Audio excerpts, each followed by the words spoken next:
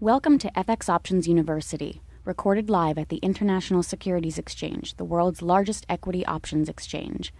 Join the industry's top trading professionals as they provide insight and strategies for trading in the currency markets using FX options. So it's a great way to get a relative attractiveness of an option. That doesn't mean that I know that options are cheap or that options are expensive, but I can, because again, I might be comparing it to some other period of time, but again, I can get sort of a general view.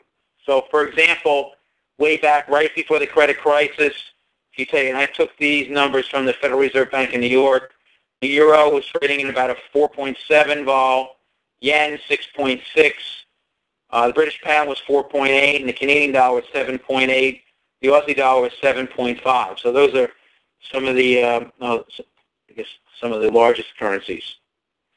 Then 1 year later, euro trading about 8.7, Japanese yen 11.9, British pound 9.5.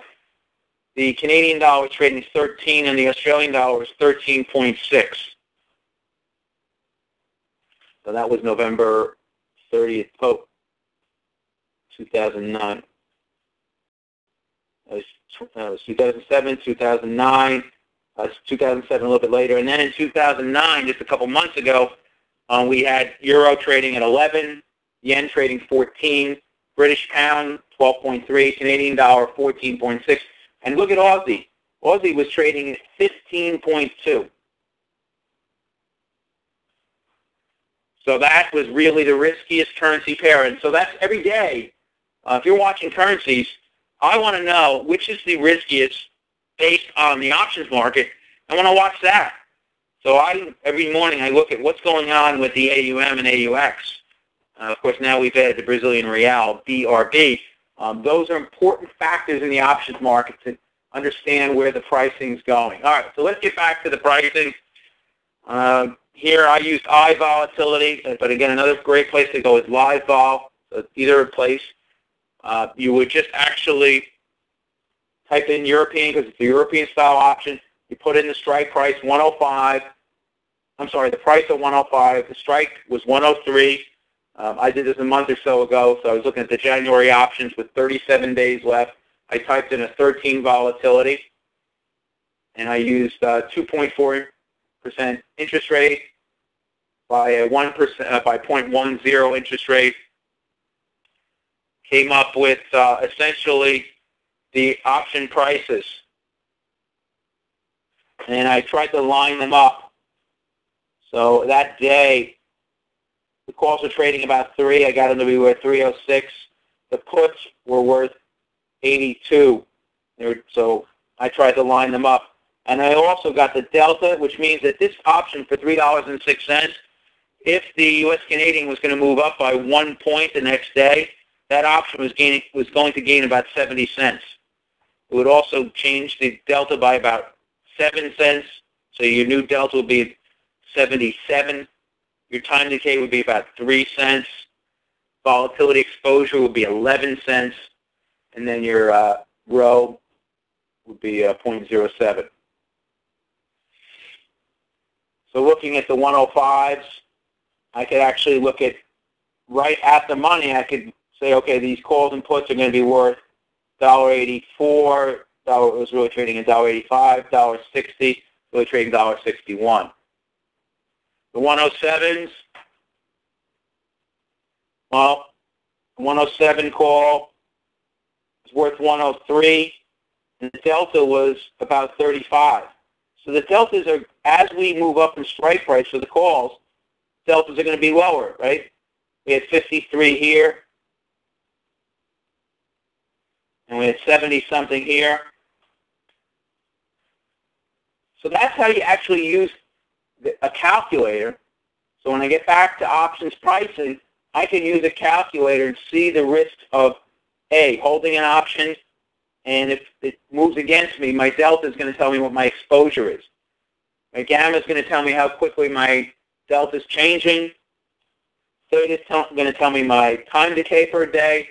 Vega gives me my exposure to volatility. So trading is based on forecast. So I might want to buy the 100-103 call spread.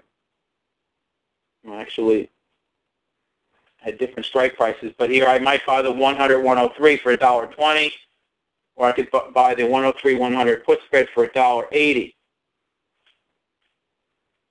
All FX options pricing inputs are important, but the most important are volatility and the cost of money. Getting back to another term called forward pricing. An interest rate is nothing more than a mathematical relationship that maps a present value to a future value or vice versa. So the interest rate differential for currency pairs may create a different forward price relative to the spot price. So what it tells you is that, let's say the Australian dollar is trading at a 4% and the U.S. is trading at 1%. Well, the options are going to reflect that. They will definitely reflect the interest rate differential. Now, it's much different than in the spot market where every day, if you're long or short an option, you're going to be paying an interest rate, or you're going to have an offset each night. The options market doesn't work that way. The options market, when you buy an option, that all gets factored into it, and of course when you sell it, it's all factored in there also. So to me, it's a lot simpler. If the base currency is higher than the contract currency, the puts are going to reflect it. The puts would be a bit higher. The cost of carry for equity options compared to forward pricing. Essentially, the cost of carry for an equity is equivalent to forward pricing. So if you ever traded equity options and you were long a company that was paying a big dividend, well, the put is going to reflect that because you're going to bring cash into your portfolio. Same thing in the currencies. If you were long the Australian dollar against the U.S. dollar, AUM, the puts are going to reflect the AUM paying you a greater interest rate by the put valuation being a bit higher. Volatility is really important, as I mentioned, because if the volatility is lower, that essentially means that all option premiums, especially the ones that are at the money, would be suppressed a bit. If volatility is higher, it means we expect more movement, and all options are going to be worth a bit more. So different strike prices are affected differently by changes in that perceived volatility, and that's vega. The longer the time period, the greater the impact of the vega.